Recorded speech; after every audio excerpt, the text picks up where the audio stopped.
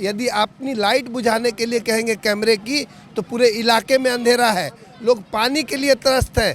तो यदि कोई मुख्यमंत्री ये कहता है कि उसकी जन्मस्थली है और उसका कोई यहाँ बिगाड़ नहीं सकता है कुछ भी, तो मैं बोलूँगा कि अपनी जन्मस्थली को सुधार नहीं पाए तो राज्य को कैसे आप सुधारेंगे। 1932 की बात करने के अलावे उन्होंने किया भी क्या है? 27% आरक्षण देने की बात करने के सिवाय उन्होंने किया भी। सुदेश जी को मैं कहना चाहता हूं कि आपका केला भी हमने शामिल कर लिया है अपने फलों की टोकरी में, और फल की टोकरी उठाने के लिए हाथ की आवश्यकता होगी, इसलिए कांग्रेस भी हम में समाहित हो गई है। हम लोग सबसे ऊपर है और साबित करेंगे, क्योंकि किसी घर में बगैर टोकरी के काम नहीं चलेगा और टोकरी ही इस राज्य का भविष्य बनेगा। आमने सामने की टक्कर को त्रिकोणीय बनाने की कोशिश झारखंड पार्टी कर रही है। कितना सफल हो पाएगी वो तो 2 तारीख को पता चलेगा, लेकिन जो बंद एसी कमरे में बहस करते थे अब वो सड़कों पर उतर के लोगों से वोट मांग रहे हैं। मुख्यमंत्री जी अभी थोड़ी देर पहले रोड शो करके गए हैं, कहीं ये मेरा जन्मस्थली है, यहाँ किसी का दाल नहीं गलेगा।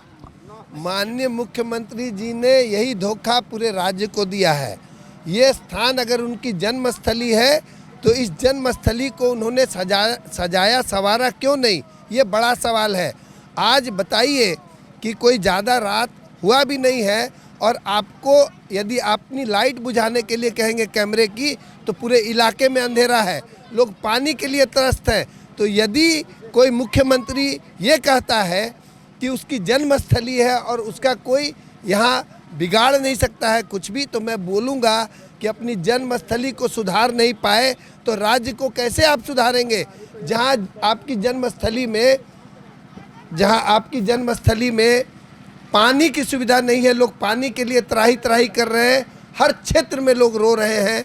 इस क्षेत्र में कैथा गांव में भी बिजली की अच्छी व्यवस्था नहीं है, पानी की अच्छी व्यवस्था नहीं है। तो आप ये बताइए कि माननीय मुख्यमंत्री जी लोगों को धोखा दे करके झूठी बातें फैला करके कब तक राज करेंगे। बोले 4 जीत के आए हैं, ट्रैक रिकॉर्ड बता रहा है 5वां जीत रहे हैं, और इस बार 25,000 नहीं 50,000 वोटों से जीतेंगे। इनको मैं दावे के साथ कहता हूं कि झारखंड पार्टी तब विगत 4 चुनावों में नहीं थी, और ये धोखे की राजनीति जो वो कर रहे हैं ये राज्य के युवा समझ चुके हैं, राज्य के आदिवासी समझ चुके हैं, जिनको ये बराबर कहते हैं कि 32 का खतियान देंगे और इनकी सरकार जो है वो 2016 की नीति लागू करती है। 27% आरक्षण हमने दे दिया ऐसा कहते हैं, लेकिन उसको लागू करने की तिथि इन्होंने निर्धारित नहीं की।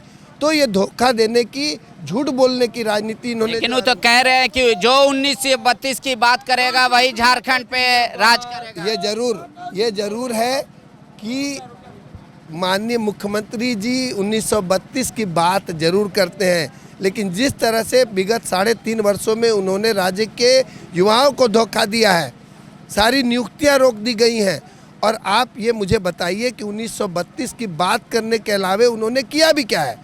27% आरक्षण देने की बात करने के सिवाय उन्होंने किया भी क्या है? और आंसू जो अपने आप को कह रहा है कि केला ही एक ऐसा फल है जो सड़ेगा नहीं, रमजान में भी, रोजा में भी और पूजा में भी, दोनों में चलेगा, दूसरा का यहाँ कहाँ विकल्प है, कह रहा है। देखिए, हमारी पार्टी का चुनाव चिन्ह जो है वो फलों भरी टोकरी है और केला उसी के अंदर आता है। माननीय सुदेश जी को मैं कहना चाहता हूं कि आपका केला भी हमने शामिल कर लिया है अपने फलों की टोकरी में, और फल की टोकरी उठाने के लिए हाथ की आवश्यकता होगी, इसलिए कांग्रेस भी हम में समाहित हो गई है। हम लोग सबसे ऊपर है और साबित करेंगे, क्योंकि किसी घर में बगैर टोकरी के काम नहीं चलेगा और टोकरी ही इस राज्य का भविष्य बनेगा। एक आखिरी सवाल, जो जहां तक आप नहीं पहुंच पा रहे हैं क्योंकि बहुत बड़ा विधानसभा है और ये वीडियो देख रहे हैं, वो लोगों को आप कैसे बताइएगा क्यों आंसू और कांग्रेस को छोड़ के झापा को वोट करें? मैं ये कहना चाहता हूं कि जिस राज्य में मुख्यमंत्री को बच्चे को रुला करके वोट मांगना पड़ता है और उनका पिता जो नन मैट्रिक है जैसा लोग बता रहे हैं, उनकी माँ के लिए, ममता देवी के लिए बेल का आवेदन नहीं किया जाता है और लोगों की आंखों में धूल झोंक करके उस बच्चे के नाम पे वोट की राजनीति की जाती है। ऐसे अयोग्य व्यक्ति को जनता वोट दे भी तो दे क्यों। और संतोष कुमार महतो जो कि कई विषयों में एमए है, पोस्ट ग्रेजुएट है और एक पढ़ा लिखा कैंडिडेट है, यहाँ का लोकल कैंडिडेट है, 2016 से उसने यहाँ पे राजनीति की है, यहाँ के लोगों का साथ दिया है, जनता उनको वोट क्यों न दे। जहाँ तक सवाल है आजसू का, तो आप बताइए, पति और पत्नी की राजनीति करने वाली पार्टियाँ जो आजसू है या कांग्रेस है, क्या कांग्रेस में कोई और योग्य कैंडिडेट रामगढ़ में नहीं था कि पत्नी के बाद पति चुनने की आवश्यकता पड़ी? उसी तरह से क्या आजसू में यदि चंद्र प्रकाश चौधरी जी सांसद हो गए हैं तो उनकी पार्टी में या रामगढ़ में कोई दूसरा योग्य नेता नहीं था आजसू का? क्यों उनको अपने पत्नी को खड़ा करना पड़ा?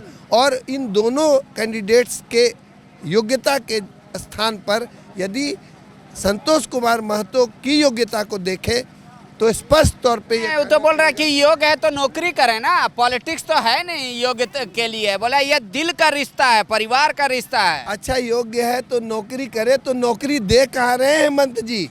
नौकरी देना भी तो आपने बंद कर दिया। तो नौकरी जो देने वाला मंत्री है वो मैट्रिकुलेट होगा या नन मैट्रिक होगा, और जो नौकरी करेगा इस नन मैट्रिक मंत्री की, क्या वो संतोष कुमार महतो होगा? अब राज्य में सिर्फ पढ़े लिखे लोग और बुद्धिजीवी लोग शासन करेंगे और इस राज्य में अब ऐसा अकर्मण्य मुख्यमंत्री नहीं होगा।